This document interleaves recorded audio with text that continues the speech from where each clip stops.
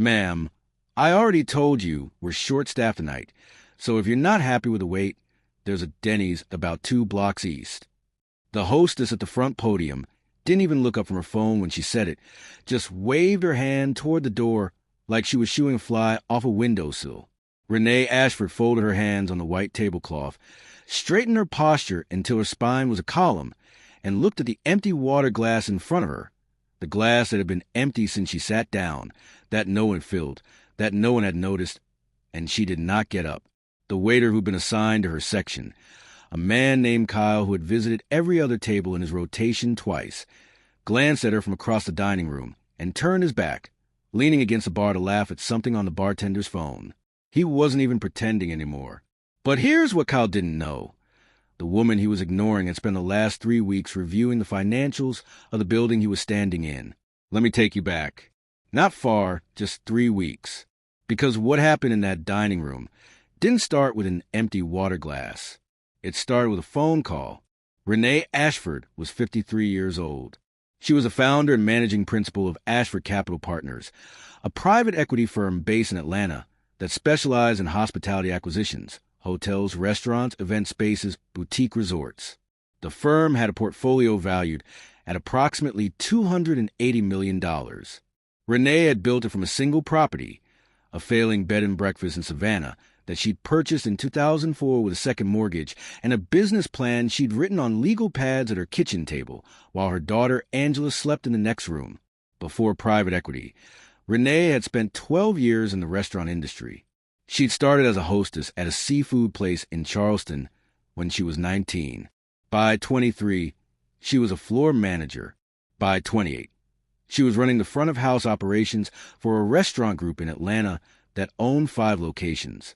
She knew restaurants the way a surgeon knows anatomy, not from textbooks, but from years of standing inside the body, hands deep into work, understanding how every system connected to every other system and where the failures hid. She left operations for investment because she realized something that most people in the industry never see. The restaurants that fail don't usually fail because of food. They fail because of culture. They fail because the people on the floor, the servers, the hosts, the managers, create an experience that either honors the guest or dismisses them. And the ones that dismiss, they don't dismiss everyone. They dismiss selectively. They dismiss the guests who don't look like they belong. The guests who are too quiet, too casual, too old, too dark. Renee had been that guest, more times than she could count. 3 weeks before the empty water glass, Renee received a call from a commercial real estate broker in Houston. A restaurant called Maison Colette, an upscale French-American brasserie in the Montrose neighborhood, was in financial trouble. The owner, a man named Philippe Gaston, was leveraged to the point of collapse. He had expanded too fast, taken on too much debt, and was now facing a choice between selling and defaulting. The broker sent Renee the financials.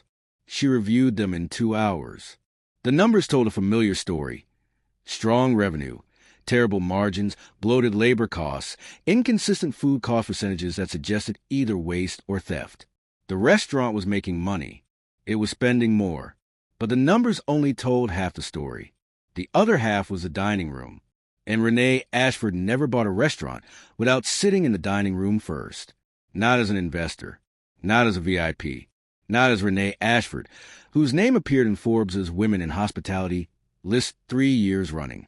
She went as a guest, an anonymous guest, a black woman in her 50s, dressed simply, arriving alone, without a reservation, without a name that anyone would recognize. She went to see the truth, and the truth, in a restaurant, lives in who gets served and who gets ignored. If only Kyle knew what was walking through his door. Maison Colette was beautiful. That was the first thing Renee noticed. The exposed brick, the zinc bar, the Edison bulb strung across the ceiling like trapped stars. The tables were spaced generously. Not the cramped, elbow-to-elbow arrangement of restaurants trying to maximize covers, but the confident spacing of a place that believed its food was worth the square footage. Renee arrived at 7:15 on a Saturday evening. She was wearing a charcoal wrap dress, small gold earrings, and flats. No designer labels. No statement pieces. She looked, by design, like a woman who could afford a nice dinner but wasn't broadcasting it. She approached the hostess stand. The hostess, a young woman named Megan, early 20s, blonde, preoccupied with her phone, looked up briefly. "Do you have a reservation?" "I don't. Is there a table available?" Megan scanned the floor. The restaurant was perhaps 70% full. There were at least 4 open two-tops visible from the stand. "We're pretty booked tonight," Megan said. "There might be a wait." Renee looked at the open tables. Megan followed her gaze. "Those are reserved," Megan added quickly. They were not reserved. Renee could see the table markers. Maison Colette used small brass car holders for reserved tables, and none of the 4 open two-tops had them. "I'm happy to wait," Renee said. Megan shrugged. "Shouldn't be too long." Renee waited. She stood near the front for 11 minutes. During those 11 minutes, she watched 2 parties arrive, a white couple in their 40s and a group of 3 white women, and both were seated immediately. The couple was given one of the reserved two-tops. The women were given a 4-top by the window. No one asked if Renee was still waiting. No one acknowledged her. At 11 minutes, Renee approached the stand again. "I'd love to be seated whenever you have a moment." Megan looked at her as if she'd forgotten she existed, which, in a sense, she had. "Oh, right. Let me check." She picked up a menu. She walked Renee to a table, the two-top farthest from the window, closest to the kitchen door, in a corner that the design of the restaurant had clearly intended as overflow. The table wobbled slightly when Renee set her hands on it. "Your server will be right with you," Megan said, and disappeared. The server was not right with her. Kyle Brenton was 31, for years at Maison Colette, and the kind of server who was very good at his job when he decided the table was worth his effort. For the tables he valued, the regulars, the big spenders, the couples who looked like they'd leave 25%. Kyle was attentive, charming, and precise. He knew the wine list cold. He could describe the specials without reading from a card. He had a way of leaning in slightly when he took an order that made guests feel like they were the only people in the room. For the tables he didn't value, Kyle did something more subtle than rudeness. He created distance. He didn't refuse service. He delayed it. He didn't ignore the table. He deprioritized it. He would walk past without making eye contact. He would refill water at neighboring tables while skipping the one that didn't interest him. He would arrive eventually, take the order efficiently, deliver the food accurately, and present the check promptly, providing a service that was technically complete and emotionally empty. His section that night included Renee's corner two-top. He saw her sitting there. He registered the information. Woman, alone, dressed simply, no reservation, seated at the overflow table. His internal calculator ran its numbers and produced a result, low priority. He went to his other tables first. Table 22, a couple celebrating an anniversary. Table 24, 2 men in suits, clearly business. Table 26, a family of 4 with a toddler who'd already dropped a breadstick on the floor. All of them received water, menus, bread, and Kyle's charming lean-in within 5 minutes of sitting down. Renee received nothing. She sat. She waited. She watched. She did not flag Kyle down. She did not wave her hand or snap her fingers or do any of the things that people do when they're being ignored and want to change the situation. She sat still and she observed, because Renee Ashford had spent 3 decades learning that the most important data in a restaurant is not what happens when a guest asks for attention. It's what happens when they don't. 5 minutes, 10, 15, 20. At 22 minutes, a woman at the table next to Renee, a white woman in her 60s named Doris, dining alone, working on a bowl of onion soup, looked at Renee, looked at the empty table in front of her, and said, "Honey, have they taken your order yet?" "Not yet." "That's ridiculous." "Kyle," she called, catching his eye across the room. "This lady needs some attention over here." Kyle looked over. He nodded, the nod of acknowledgement that is indistinguishable from the nod of dismissal. He did not come over. Doris shook her head. "I'm sorry. He's usually better than this." Renee smiled. "It's all right." It was not all right, but Renee wasn't here to be all right. She was here to see, and she was seeing everything. Be honest. What would you have done after 22 minutes without a glass of water? At 47 minutes, Renee stood up, not to leave, to walk to the bar. The bartender, a young man named Marcus, 26, the only black employee Renee had seen on the floor, looked up when she approached. "Can I help you?" "I've been seated for almost 50 minutes and haven't been served. Could I get a glass of water and maybe order from here?" Marcus's expression shifted. He looked past Renee to her table, the corner two-top, the empty water glass, the untouched place setting. Then he looked across the dining room at Kyle, who was currently leaning against the server station scrolling through something on the POS screen. "I'm sorry," Marcus said. "That shouldn't have happened. Let me get you some water right now." He poured the water. He brought it around the bar and walked it to Renee's table himself. He set it down, pulled a notepad from his apron, and said, "What can I get you?" "I appreciate you, Marcus. I'll have the roasted chicken and a glass of Sancerre." Marcus smiled. A real smile. The kind that servers give when they're doing the job because they care about it, not because they're performing. He put in the order. He brought the wine. He checked on her twice during the meal. He was not her assigned server. He was behind the bar, with his own responsibilities. But he covered for Kyle's absence with a quiet efficiency that told Renee something important about his character. She filed that away. It would matter later. But here's where everything changed. Let me tell you what Renee had already decided before the roasted chicken arrived. She was buying this restaurant. Not because of the food, though the chicken was excellent, which told her the kitchen was solid even if the floor was rotten. Not because of the financials, though the numbers, once she cleaned them up, would work. She was buying it because of what she'd seen in 47 minutes of sitting in a chair and not being served. She'd seen a hostess who lied about available tables. She'd seen a server who sorted his guests by appearance and spent his effort accordingly. She'd seen a bartender who was the only person on staff who treated her like a human being. She'd seen a dining room that was beautiful on the surface and sick underneath. The specific sickness of a place where service was performance, not principle, and where the performance was reserved for people who looked like they deserved it. This was a restaurant's disease. And Renee Ashford was in the business of diagnosing diseases, acquiring the patient, and performing surgery. She finished her meal. She left Marcus a $100 tip on a $62 check, with a note on the receipt. "You were the only one who saw me. Thank you." She walked out. Megan didn't say goodbye. 3 days later, Renee called the broker. "I want to make an offer on Maison Colette.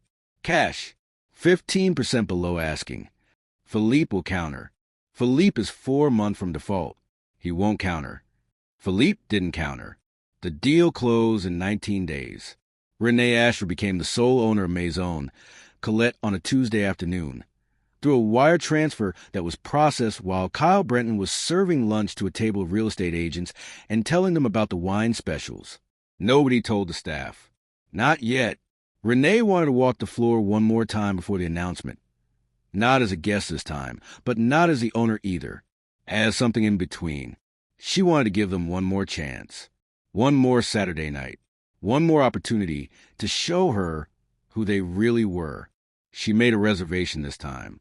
Under her name. Renee Ashford, 7:30. Party of one. She arrived in a blazer. She walked to the hostess stand. Megan looked up. Reservation? Ashford. Megan scanned the book. She found the name. Something in her face shifted. Not recognition, but the reflexive adjustment that happens when a name sounds like it belongs to someone important. It was a subtle thing, the kind of micro-expression that most people wouldn't catch. Renee caught it. Right this way, Ms. Ashford. She was seated at a window table. The good table. The table that had been reserved 3 weeks ago when Renee was standing at the front in a wrap, dress waiting to be acknowledged. Kyle arrived in 2 minutes. 2 minutes. He brought water, bread, and the menu. He leaned in, the lean. "Good evening. Welcome to Maison Colette. I'm Kyle. I'll be taking care of you tonight. Can I start you off with something from the bar?" Taking care of you. The words landed differently this time, because Renee had already been in Kyle's care once before, and his care had consisted of 47 minutes of absence. The only difference between then and now was the table. The table, and whatever Megan's face had communicated when she read the name Ashford from the reservation book. The invisible signal that traveled from the hostess stand to the server station to Kyle's attention span and told him, "This one matters." Renee ordered the same meal. Roasted chicken, glass of Sancerre. Kyle brought it in 14 minutes. He checked on her 3 times. He refilled her water without being asked. He described the dessert menu with enthusiasm. He was, by every observable metric, an excellent server. Renee watched it all. She tipped 20%, standard unremarkable. She signed the check. She left. On Monday morning, she walked to the front door of Maison Colette at 9 a.m. before the lunch shift, accompanied by her attorney and her operations director, a woman named Monique Davis, 41, a former restaurant general manager who had been working with Renee for 6 years and who understood exactly what was about to happen. Philippe Gaston met them in the dining room. He looked tired. He looked relieved. He looked like a man who had been carrying a building on his back and had finally set it down. "Philippe, thank you for meeting us. As of last Tuesday, I'm the new owner. I'd like to address the staff this morning." Philippe nodded. He called the team in. They gathered in the dining room. Servers, bartenders, hosts, kitchen staff. About 22 people, standing between the tables, some still in street clothes, some in aprons from prep. Renee stood at the front of the room. She didn't use a podium. She didn't raise her voice. She spoke the way she always spoke. Calmly, precisely, the way a person speaks when they have complete authority and no need to perform it. "Good morning. My name is Renee Ashford. I'm the new owner of Maison Colette. I acquired this restaurant because I believe in what it can be, not what it currently is." The room was very still. 3 weeks ago, I came here as a guest. I arrived without a reservation on a Saturday evening. I was seated at the corner table by the kitchen. I waited 47 minutes without being served. No water, no menu, no greeting, no acknowledgement. I was invisible. She let that word sit in the room. Invisible. Last Saturday, I came back with a reservation under my name. I was seated at the window table. I received water, bread, and service in 2 minutes. The same restaurant, the same staff, the same night of the week. The only difference was a reservation, and whatever assumptions a reservation communicated about who I was and what I was worth. Kyle, standing near the bar, had gone pale. Not the pale of someone who's been caught doing something they didn't know was wrong. The pale of someone who's been caught doing something they knew was wrong and thought they'd never have to answer for. Renee looked at him, not with anger, with the specific, calibrated directness of a woman who has spent 30 years watching people like Kyle sort guests into categories and who has built an entire career on fixing the systems that allow it. This restaurant served me based on what I looked like, not who I was. And if you served me that way, a woman you didn't know, a woman who turned out to own the building, then you've served other people that way too. People who didn't turn out to own anything. People who just wanted dinner. She paused. "That ends today."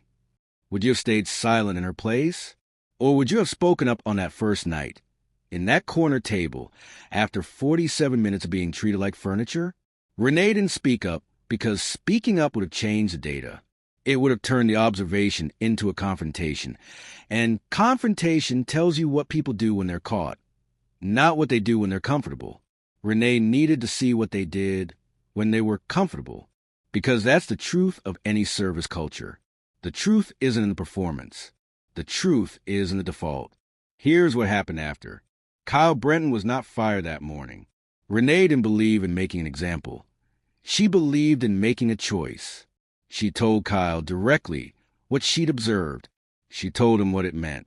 She offered him 2 paths, a 30-day corrective program that included service equity training, shadow shifts with Monique, and a structured accountability process or separation. Kyle chose the program. He lasted 11 days. On day 11, Monique observed him deprioritize a table for the 3rd time, a young black couple, seated in a section, who waited 9 minutes for water while Kyle chatted with a regular at the bar. Monique pulled him aside. "Kyle, we've talked about this 3 times. You were just deciding who mattered. Again, And the answer you keep arriving at is the wrong one. Kyle was terminated that afternoon. Quietly, professionally, with documentation that was thorough enough to withstand any challenge and compassionate enough to include a referral to another restaurant group, one that Renee didn't own, because Renee Ashford was not interested in destroying careers. She was interested in protecting guests. Megan, the hostess, was reassigned to a back-of-house role and offered the same training program. She accepted. She completed it. She is still at Maison Colette, working as a reservations coordinator, and she has not told a single guest that an open table is reserved since the day Renee Ashford stood in the dining room and said the word invisible. Marcus, the bartender who brought Renee water when no one else would, was promoted to floor manager within 6 months. Renee had seen what she needed to see in him that first night, not just competence, but conscience. The instinct to see a person being overlooked and to walk around the bar and fix it. That instinct cannot be trained. It can only be recognized and given room to lead. Marcus now runs the front of house at Maison Colette. Under his management, the restaurant service culture has been rebuilt from the ground up. Every new hire goes through a training program that Renee and Monique designed, a program that includes a module Renee calls the empty glass, in which trainees are taught to identify and correct service gaps before the guest has to ask. The module begins with a single question. If this were your mother sitting at that table, would she still be waiting? Maison Colette reopened under Renee's ownership with no public announcement, no press release, no fanfare. The menu stayed the same. The chef stayed the same. The Edison bulb still hung from the ceiling like trapped stars. But something was different. You could feel it the moment you walked in. The air was different. The greeting was different. The way the hostess looked at you, actually looked at you, not past you, not through you, not at the version of you she constructed in the first 3 seconds, was different. Doris, the woman who'd been sitting next to Renee that first night, the one who called out to Kyle, came back a month after transition. She didn't know the restaurant had changed hands. She just noticed that the service felt different, warmer, more even. She mentioned it to her server. A new hire, a young woman named Angela who had been to the training program. Something's changed here, Doris said. I can't put my finger on it. Angela smiled. We have new ownership. Well, tell them they're doing something right. Angela didn't tell Doris that the new owner was a woman who'd been sitting next to her that night. The woman Doris had tried to help. The woman who had waited 47 minutes and said, it's all right, when it wasn't. Some stories don't need to be told. They just need to be felt. And the feeling at Maison Colette, the feeling of being seen, of being welcomed, of being treated like you belong regardless of what you look like or where you sit, that feeling was Renee Ashford's signature, not written on a wall, not printed on a menu, written in the way the water glass was never empty. Some people think power means making noise, making a scene, standing up and telling the room who you are, so the room knows to treat you differently. But Renee Ashford sat in a corner table for 47 minutes and didn't say a word. She didn't need the room to treat her differently. She needed the room to show her what it was. And it did. It showed her everything. The hostess who lied, the server who sorted, the bartender who cared, the guest who noticed. It showed her the disease. And then she bought the building and cured it, not with a speech, not with a scene, with a wire transfer, a training program, and a question about your mother. That's not revenge. That's renovation. And the difference between the two is everything. The empty water glass still sits on a shelf in Renee's Atlanta office. She kept it. She carried it out of Maison Colette on that first night, wrapped in a napkin, tucked in her purse. It sits on the third shelf of her bookcase, between a photo of Angela's college graduation and a framed copy of the first lease she ever signed. She keeps it because it reminds her, not of what Kyle did. She's forgotten Kyle. She keeps it because it reminds her of all the women who sat at corner tables with empty glasses and didn't own anything, who waited and were never served, who walked out and never came back and never had the power to change what happened to them. Renee had the power, and she used it, not for herself, for every woman who would sit at that table after her. But what happened 6 months later, when a food critic from a Houston Chronicle visited Maison, Colette, without a reservation, was seated at the corner table by the kitchen and received a full glass of water before she finished unfolding her napkin. Well, that review changed everything. If you've ever been the person sitting at the table no one came to, if you've ever been the empty glass, drop a comment. Tell me what you did, and tell me what you wish someone had done.